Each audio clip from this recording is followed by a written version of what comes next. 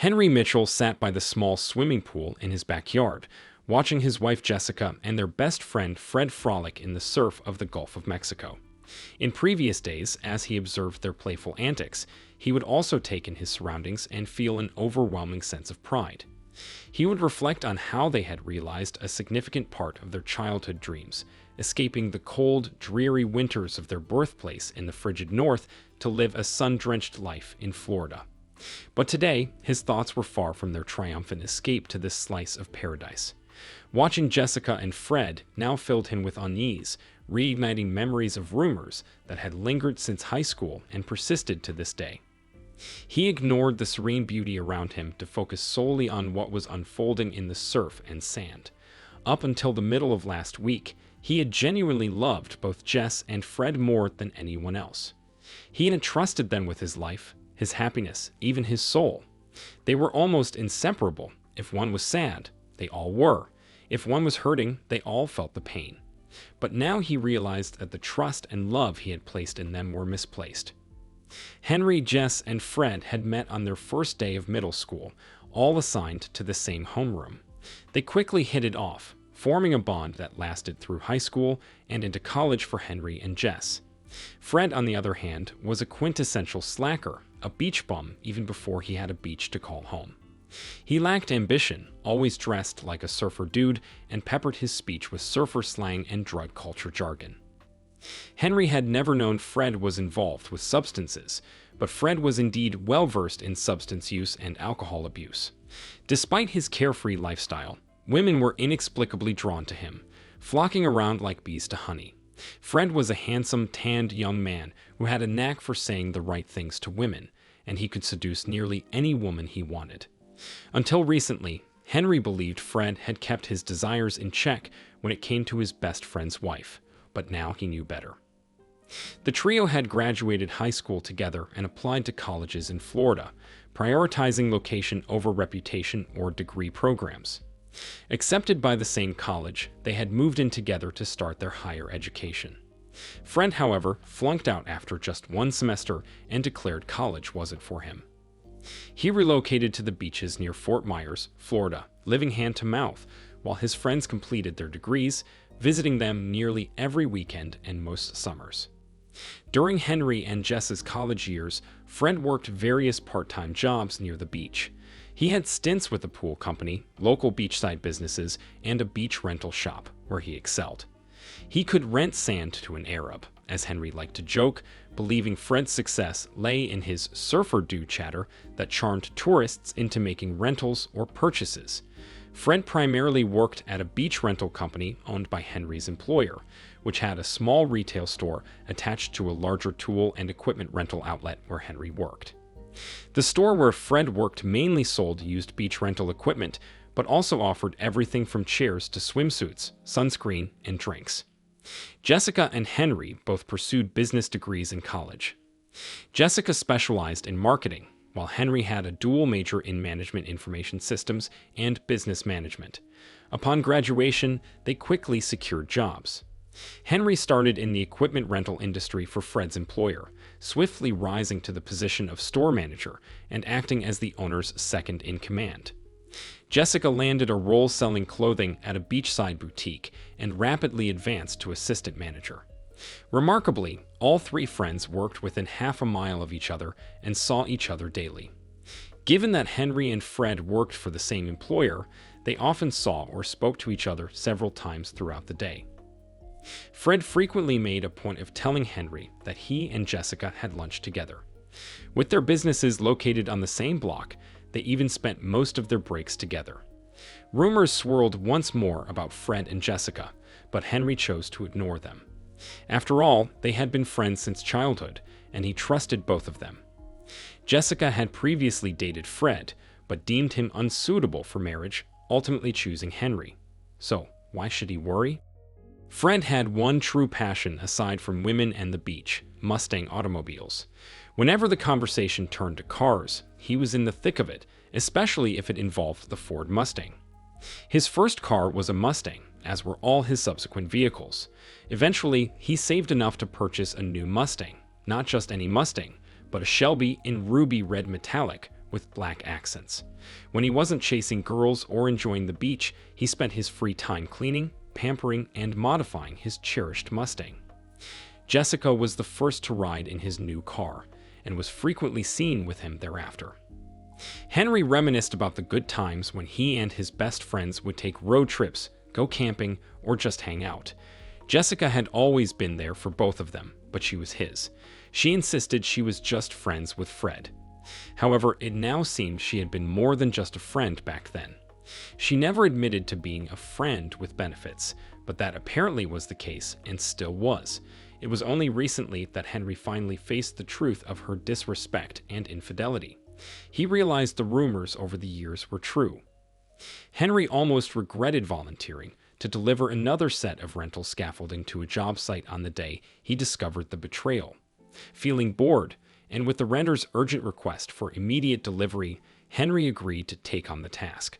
If not for that, he might have remained blissfully ignorant a while longer. He would never have known the rumors were true. As he recalled the sight of their not-so-innocent activities in the surf, his stomach clenched with anger once again. How could he have been so blind? Everything was now crystal clear. The day his life fell apart was a beautiful Tuesday. The store was slow, so when an order for scaffolding came through, Henry told Mr. Parker he'd handle the delivery himself rather than ask the driver to stay late. It saved them some overtime pay and gave Henry a chance to get out for a bit. A win-win situation, or so he thought. After making the delivery, he decided to take the scenic route back, passing by the stretch of beach road where both Jessica and Fred worked. Just as he drove past Fred's small, almost shack-like building, he witnessed Jessica meeting Fred with a steamy kiss. Fred's hands roamed under her loose blouse, fondling her breasts before he hurriedly rushed her through the door. As she giggled and wiggled under his touch, she turned and pulled him inside, sealing her actions with another passionate kiss. She clearly initiated this time. Fred quickly placed a closed for lunch sign on the door and followed Jessica deeper into the building. She was laughing and eagerly pulling him by the hand. Henry, shocked and furious, pulled his new F-150 into the parking lot beside Fred's Mustang. He ran towards the building and peered inside, but the lights were off and the door was locked. They were either in the stockroom or had left through the back door. Determined to confront them, Henry moved to the rear of the building and positioned a garbage can under a high, grimy window. Climbing onto the can, he could barely see part of the room. He heard voices but couldn't make out the words. Frustrated, he jumped down and stacked a couple of pallets under the garbage can to get a better view. When he climbed back up, he saw Jessica and Fred fully engaged in a heated, intimate encounter. His heart shattered in an instant. He pulled out his phone and snapped several pictures before climbing down and walking away from the building, seething with anger and betrayal. His mind swirled with chaotic thoughts he couldn't later recall clearly. In a matter of moments, his seemingly perfect life lay in ruins, marred by the painful discovery on that otherwise beautiful day. When Henry returned to work, his boss, Mr. Parker, noticed something was seriously wrong. Henry refused to discuss it, offering only a cryptic comment. "I just realized things aren't always what you expect or believe them to be. I found out this afternoon that I was mistaken about something I thought I knew. Now I have to rethink my whole outlook on life." Henry shook himself from the haunting memories of the past week and refocused on the distressing scene in front of him. His wife Jessica and former best friend Fred, cavorting like carefree teenagers in the breaking waves. Jessica's gleeful screams and giggles intertwined with Fred's deep laughter cut through Henry's heart. He observed them, crafting and discarding endless plans, before casting a pained glance around the house and yard he had grown so fond of. Losing this place would hurt deeply, perhaps even more than the betrayal of Frederick, and almost as much as the loss of Jessica. At least it was only a rental. Now he felt a twisted sense of relief that they hadn't saved enough for a down payment and had settled on a lease-to-purchase agreement instead. Lost in his brooding thoughts, Henry barely noticed Jessica running back into the yard, pulling Fred along with her. Her radiant, effervescent personality that had once drawn him in was now a bitter reminder of her unfaithfulness. Her constant cheer and lovability had been endearing, but now he realized he should have questioned her devotion when she continued to share those traits with others even after their engagement and marriage. He had dismissed it as her natural personality, but now he knew better. She was a flirt and a cheat. As Jessica approached, still flushed from her romp in the waves, she finally dropped Fred's hand. "Honey, why the sour look? It's a beautiful day, and we're all together. Why do you look so down?" she asked, leaning in for a kiss that Henry partly avoided. "Oh, nothing you don't know about Jess. Just thinking about last week and a problem I uncovered at work. I'll figure it out and get back to normal soon, I expect. So, why are you in such a good mood this afternoon?" Henry replied with a forced calm. Jessica's smile faltered slightly as she glanced at Fred before responding. Henry noted the depth in her gaze, a look that finally betrayed its true meaning. "Well, we're all together, and Fred and I had a really fun swim. Now we're ready for a nice meal and some relaxing time together. What are you going to cook for us this evening?" "Oh, was I elected cook again today? Seems like it happens a lot, even when we're at Fred's place. Doesn't seem right to me, does it to you? Anyway, I haven't planned anything because I've been preoccupied. I guess you and Fred will have to come up with something. Or maybe we can just make some sandwiches." Henry's voice veiled his growing tension with a thin layer of indifference. "Henry, how could you?" Jessica exclaimed, eyes sparkling as she grabbed Fred's hand. "You always fix us a nice meal. That's part of the fun on the weekends, watching you cook and then enjoying the meal as the sun sets. I can't believe you just sat there and let it slip by. Now what should we do?" She turned to Henry, an idea lighting up her face. "I know, you can chill some wine and set the table while Fred takes me for a ride in his Shelby. We'll pick up some takeout from that fabulous new downtown restaurant and eat out here on the patio. It's the perfect night to try it." Jessica hurried into their bedroom, swapping her clothes for a sundress and sandals in record time. Emerging onto the patio, she flashed a bright smile and said, "Come on, Fred. Time to hit the road." She grabbed his hand, pulling him toward the front door and the parked cars. Turning back to Henry, her eyes sparkling, she said, "We probably won't be back for about an hour and a half, honey. They need time to prepare the food once we get there. I'll call you when we're leaving." Henry stood in disbelief as he watched the front door close behind them. He heard the rumble of the Shelby coming to life, followed by the chirp of tires as Fred accelerated away. Henry couldn't wrap his mind around what had just happened. Although similar scenarios had played out in the past, this time felt different, more blatant. Fred and Jessica had always found excuses to run errands together after wrestling or horsing around, a habit dating back to middle school. He and Jess had also taken off alone occasionally back then, but he now suspected that Jess and Fred's relationship had crossed boundaries. Since getting married, Henry and Jess didn't need to run off to find privacy. They could simply retire to their bedroom or wait until Fred left. Henry sighed and returned to his patio chair with his glass and bottle of Balvenie. He didn't even bother chilling the wine or setting out plates and silverware. An hour and a half later, a giggling Jessica called to say they were on their way back, but Henry remained unmoved, lost in his thoughts and the steady flow of alcohol. When the two returned nearly 2 hours later, he still hadn't left his chair, aside from a brief trip to the yard. Jessica's laughter and chatter filled the house as she and Fred tromped noisily through it and burst into the kitchen. When she stepped onto the patio, her mood shifted instantly. She looked at the still unset table and turned to Henry, her voice bridging irritation and incredulity. "Henry, what in the world have you been doing?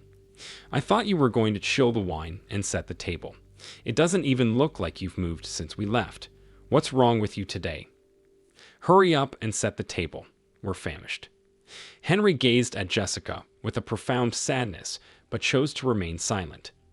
Her disheveled appearance spoke volumes. Mussed hair, puffy red lips, and nipples clearly visible through her thin top, indicating she was no longer wearing a bra. He was certain she had one on when they left. It was evident that their errand had been more eventful than just picking up dinner. Jessica didn't seem to notice Henry's sorrowful look and continued to berate him. Meanwhile, Fred unpacked the meal onto the table, avoiding eye contact with Henry. Slowly, Henry stood and walked into the kitchen without a word. He returned carrying only his plate and silverware, quickly loading it with the delicious smelling food. He started eating before Jessica, now fuming, stormed into the house to fetch her and Fred's utensils and plates. As she returned, she lashed out at Henry once more for not setting the table. Henry looked up at her and calmly said, "Look, I'm tired and hungry. You both managed to walk into the kitchen to get your utensils and plates. It didn't take much effort, so I let you do it." Without waiting for her response, he turned back to his meal. After filling his plate, Fred sat across from Henry and took a few bites before speaking up. "Dude, this is so unfair. Why are you coming down on us like this? You didn't even cook, yet you act all superior when we go out and get some decent food, and then you won't even help serve it. This isn't like you at all, man. We're supposed to be bras. You gotta have my back here and pitch in, you know. It's pretty disrespectful to that sweet woman of yours to leave her hanging like that." Henry felt a surge of anger as he glanced at Jessica, who looked guilty and avoided eye contact by staring at her plate. He then turned his attention back to Fred and said, "Fred, I don't see why it's any of your business what I do in my own house. You're used to me covering all the expenses and running around for everyone, but that's going to change. I want to relax on the weekends too, just like you and Jess do. I'm done doing everything for you. It's time you started pulling your own weight." Jessica gasped and looked up at Henry in shock. Henry turned to her and asked, "What? Do you have a problem with that, honey?" "Well, it's just, you know Fred doesn't make enough to cover his own expenses when we do things together. He can barely manage his car payment and rent. We've always looked out for each other. Why are you trying to change things now?" "All right, let's be clear. We're all adults here with our own responsibilities, correct?" Jess murmured, "Yes.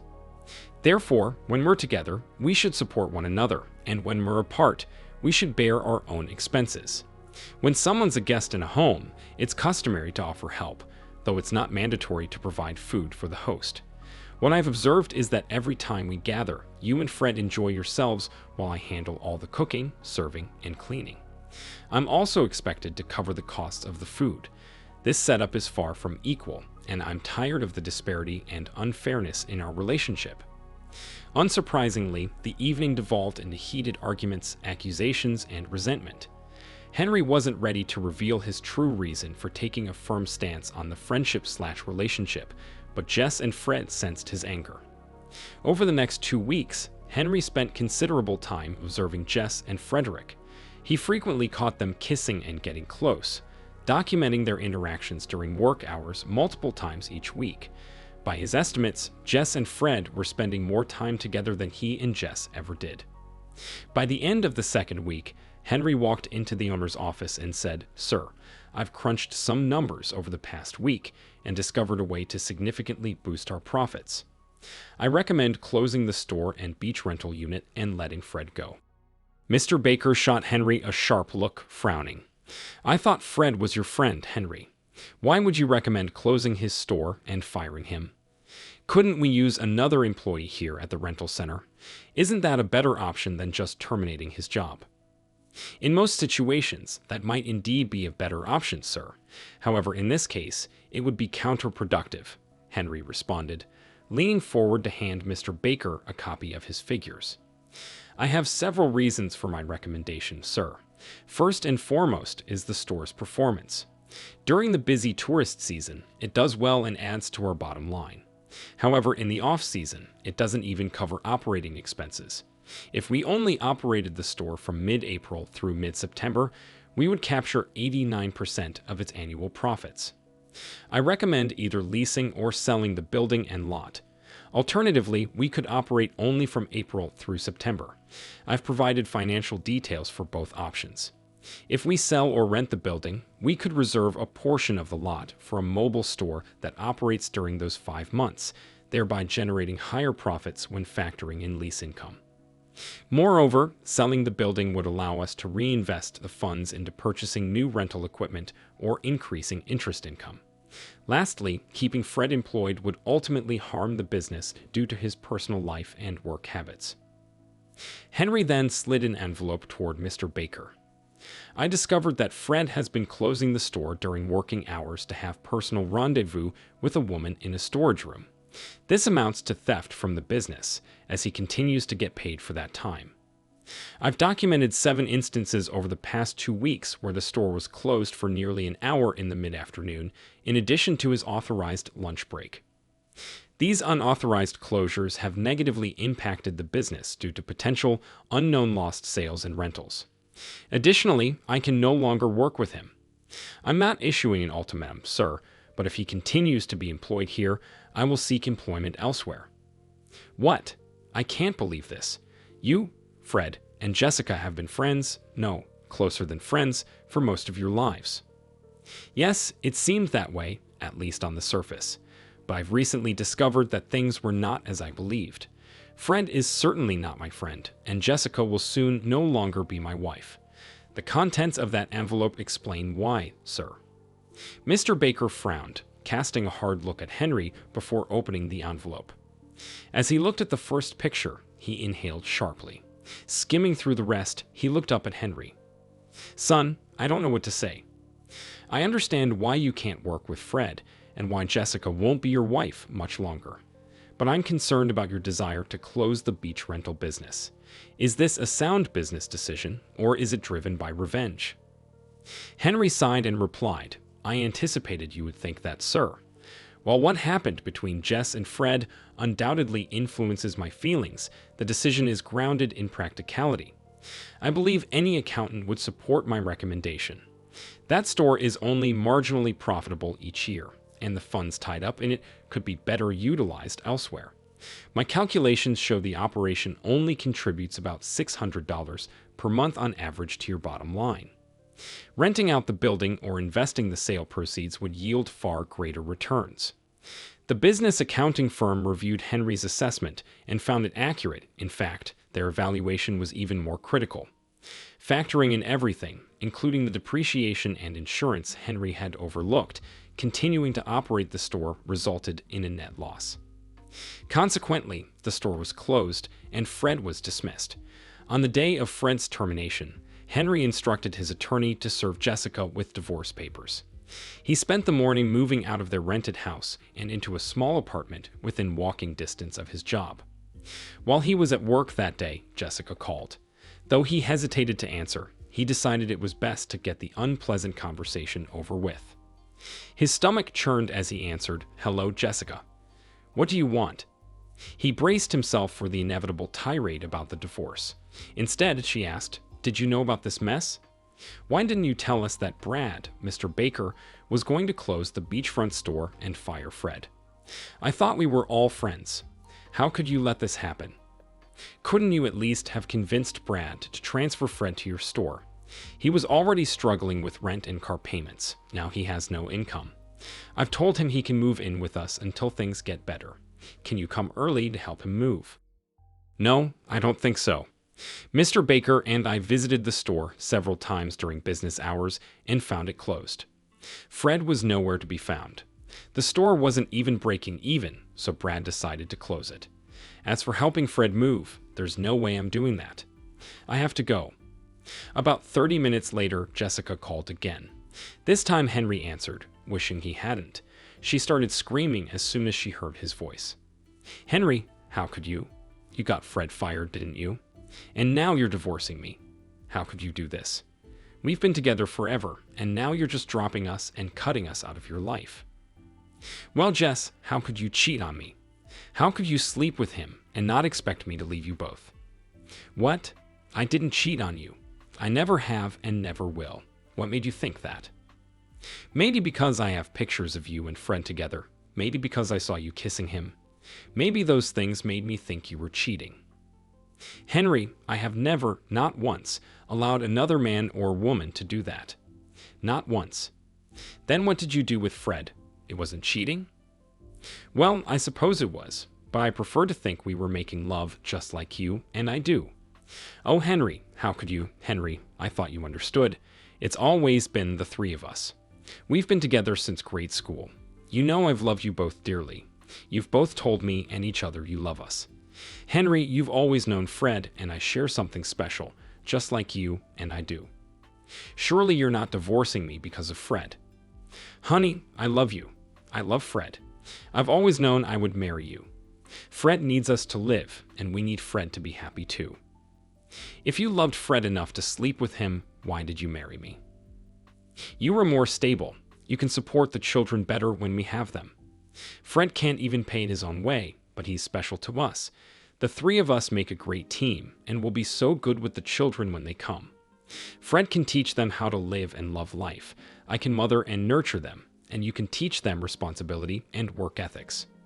Don't you see? What we have makes a perfect whole. When Fred falls short, you can make it up, and we all live better, just like we do now. No, Jessica, I don't see it. I guess I never did. Goodbye, Jessica. Henry slammed the phone down, trembling with rage, face flushed. The revelation hit him like a ton of bricks. She'd been sleeping with both of them, and even used their income to cover Fred's bills. How could he have been so blindsided? Unsurprisingly, Jessica quickly offered Fred to move in with her. Despite this new arrangement, Fred still struggled to keep up with his car payments. 2 months after the split, Fred strolled into Henry's store late one afternoon. Henry marched around the counter to confront him, ready to kick him out. Before he could utter a word, Fred pleaded, "Dude, you gotta help me. They're trying to take my car. Jess covered the payment last month, but we're tapped out now. Can you float me a loan, man?" Henry's face hardened.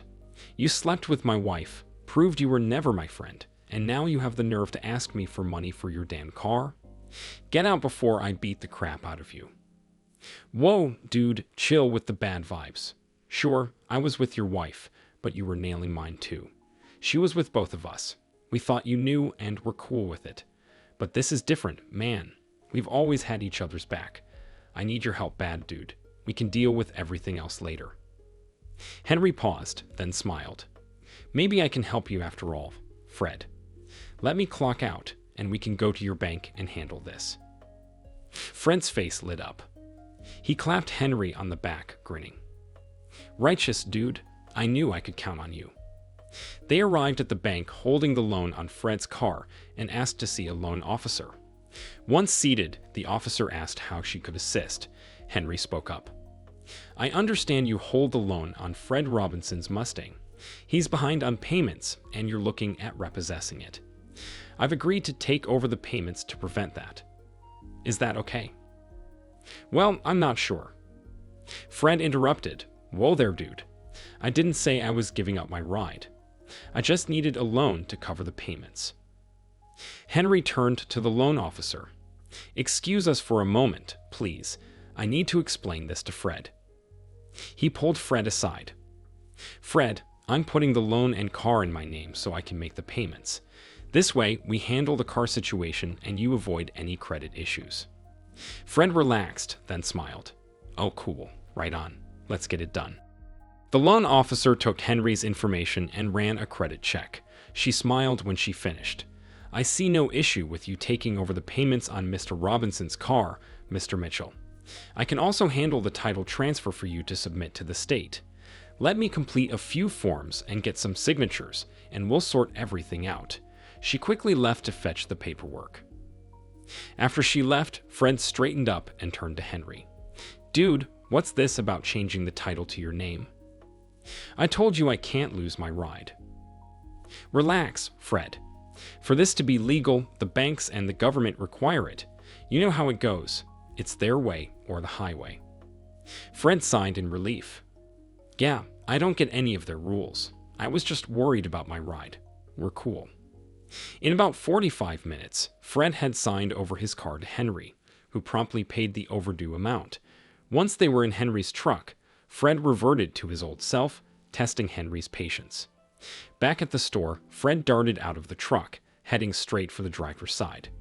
With a grin, he said, "Hey man, I scored some killer weed yesterday.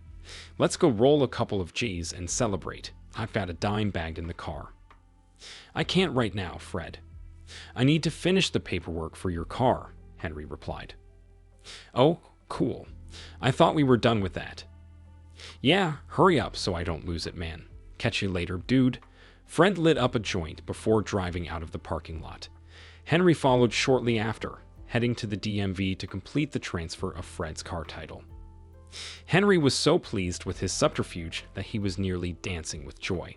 He quickly wrapped up the transaction, paid the necessary fees, and left the building with a smile. 2 weeks later, Henry received his final divorce papers in the mail. The process had been relatively painless. Jessica and he earned roughly the same amount, so there were no maintenance payments. Their savings were minimal, and they each kept their own vehicles and personal belongings. No fuss, no muss. Henry removed his name from the lease of the small beachfront house they had cherished, freeing himself from her. He did, however, miss that house. Late on the Saturday night after receiving the decree, or more accurately, early Sunday morning, Henry rode one of the rental beach bikes to his old home.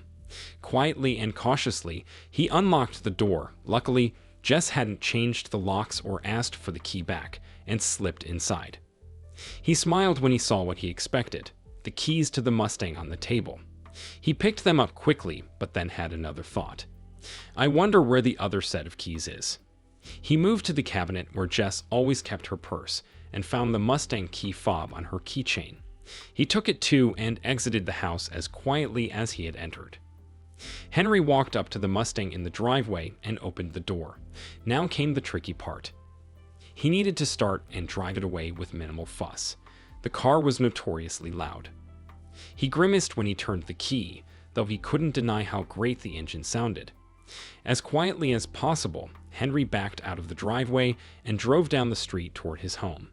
He planned to return with his truck to pick up the bike once he got home, then wait for the inevitable commotion. After finishing his lunch on Sunday, Henry received a frantic call from Fred. His friend was speaking so quickly that Henry could barely understand him. Henry, dude, it's totally bogus, man. Someone stole my ride. You gotta help me, dude. What am I gonna do, man? Calm down, Fred. Just chill. There's nothing I can do for you. Henry hung up on the still babbling Fred and sat back in his chair, smiling. By this time, Fred had found a part-time job working for a pool company.